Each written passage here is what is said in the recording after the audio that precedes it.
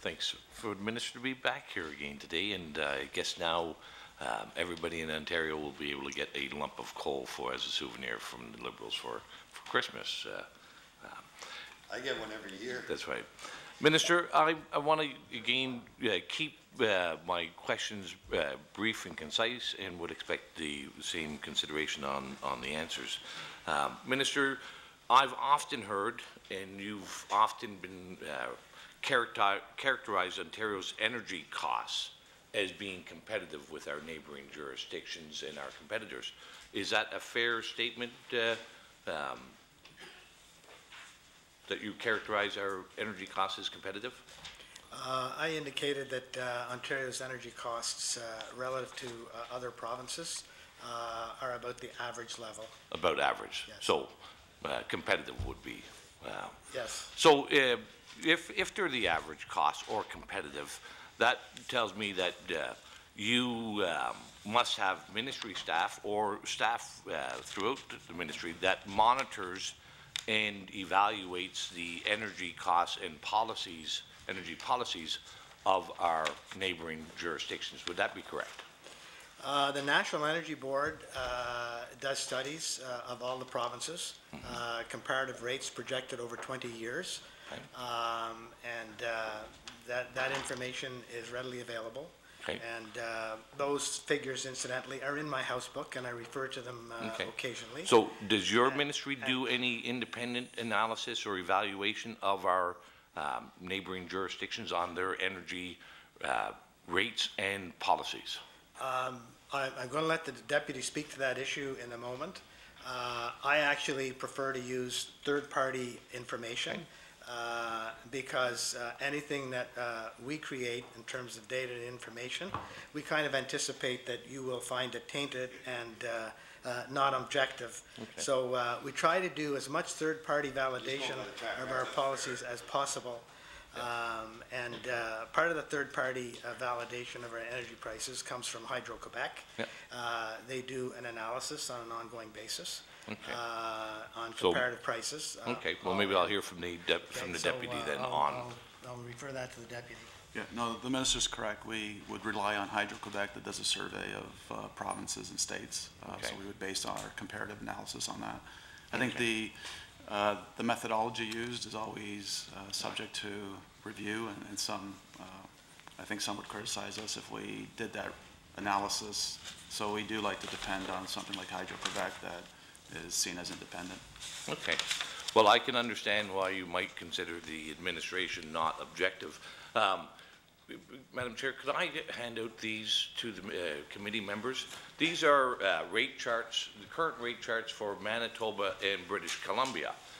They're available on their website. I did an independent search to see what the rate charts were in Manitoba and BC.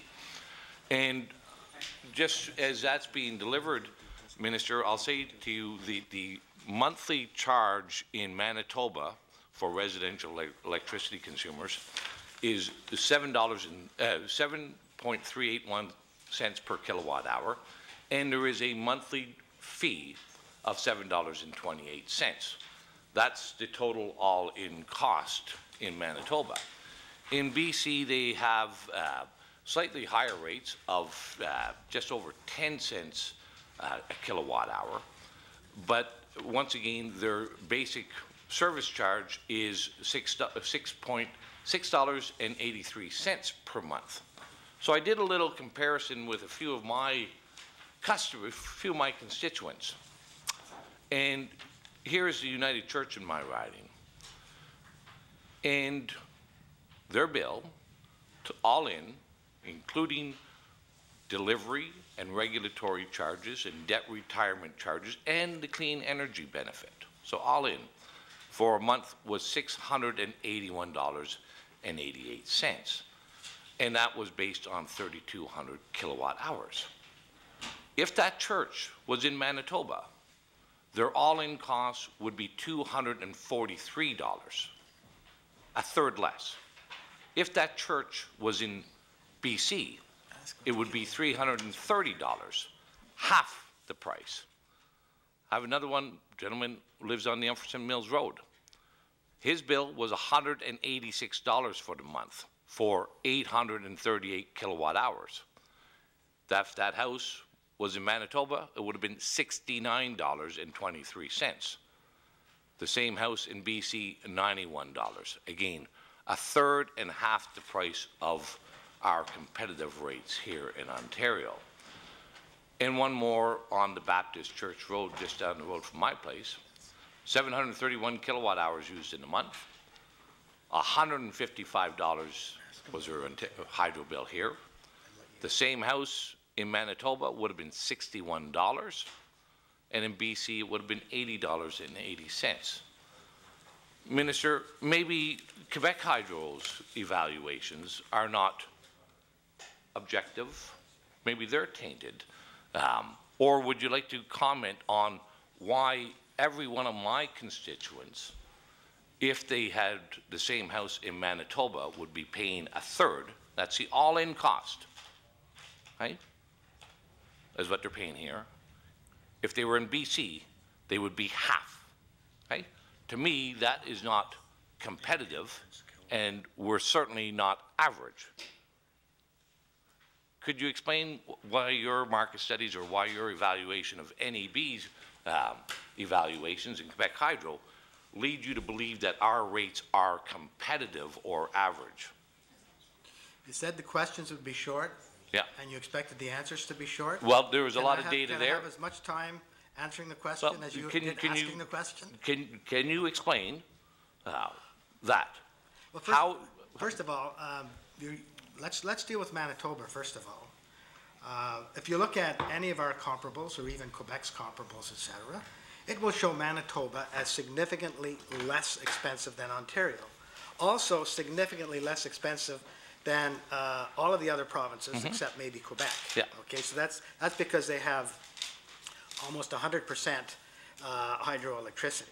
So we've always acknowledged that when we talk about comparative prices... Minister, but what I was getting at here is the regulatory charges, the debt retirement charges, and the delivery charges.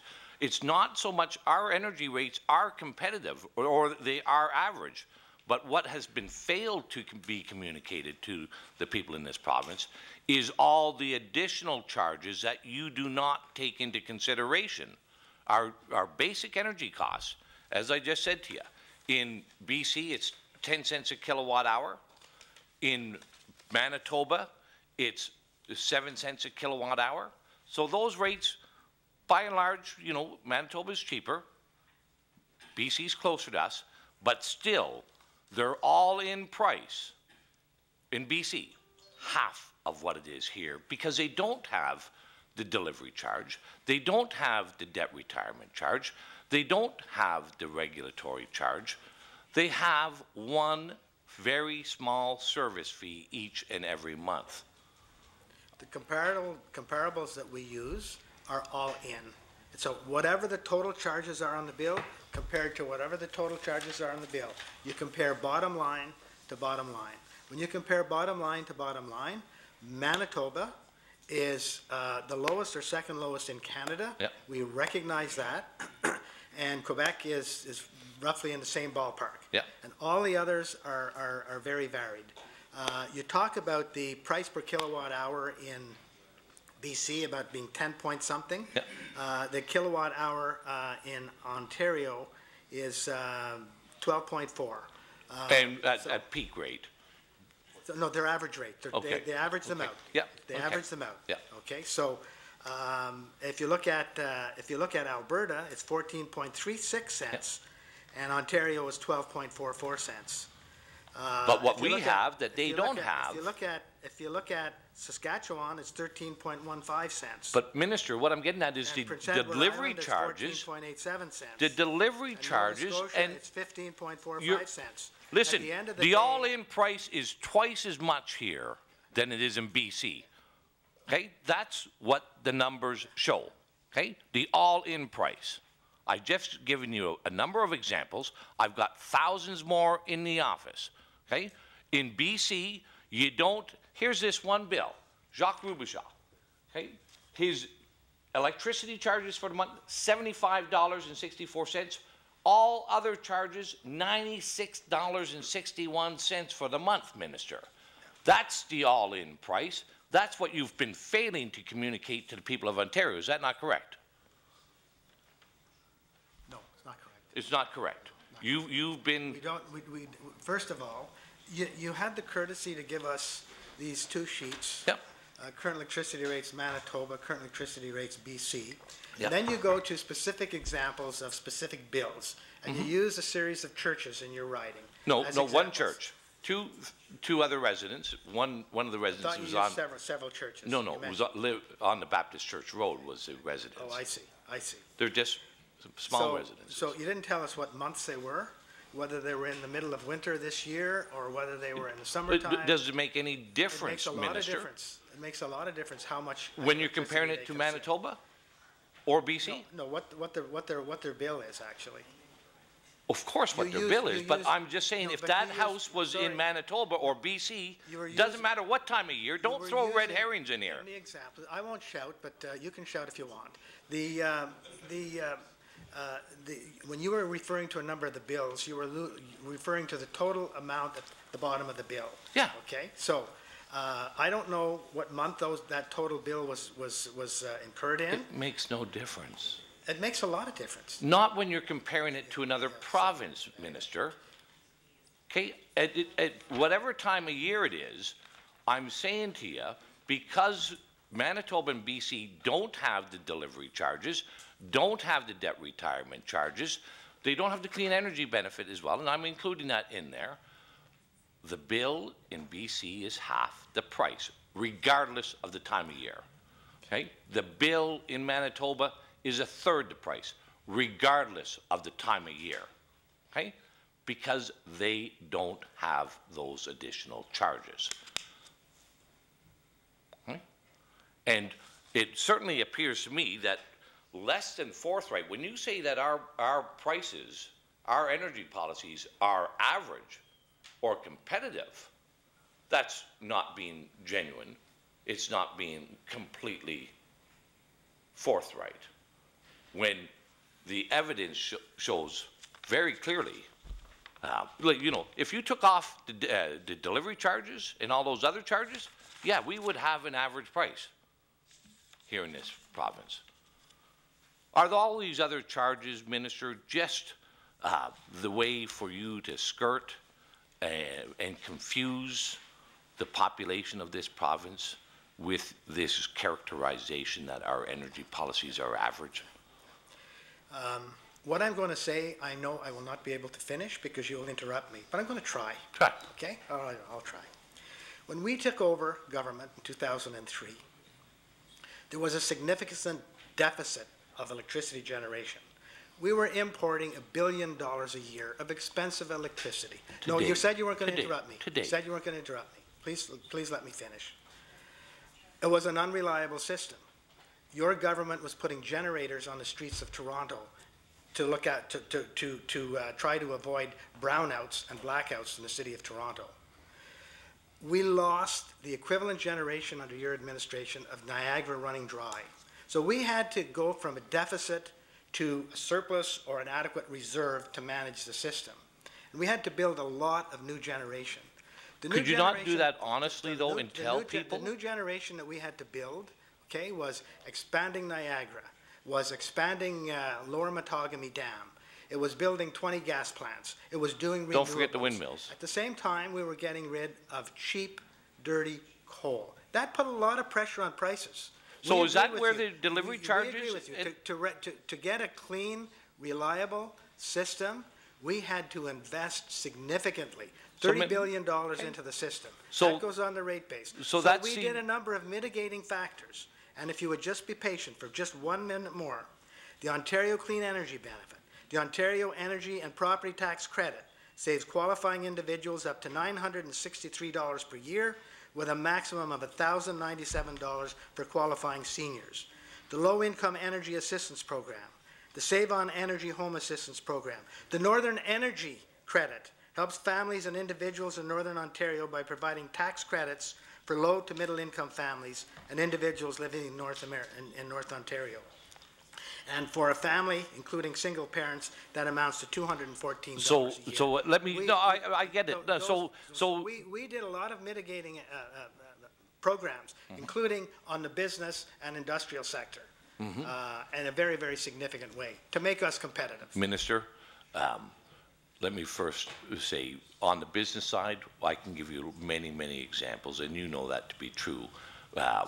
With the global adjustment, our energy policies have been onerous and very, very difficult for our businesses to manage in this province, and that's why so many of them have indeed left.